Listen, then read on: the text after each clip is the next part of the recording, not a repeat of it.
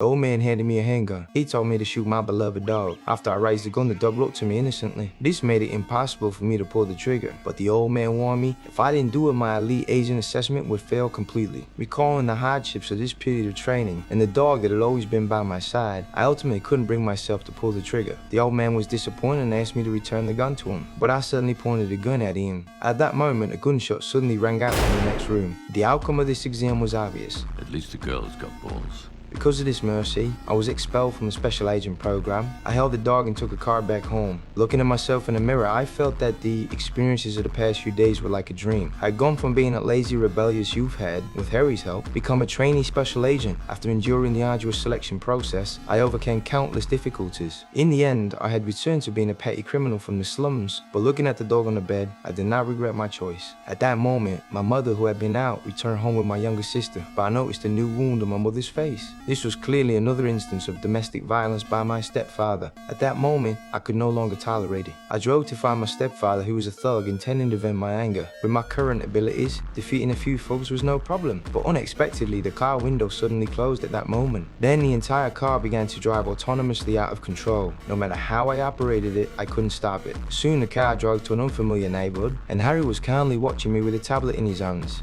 Your biggest opportunity? Over a fucking dog.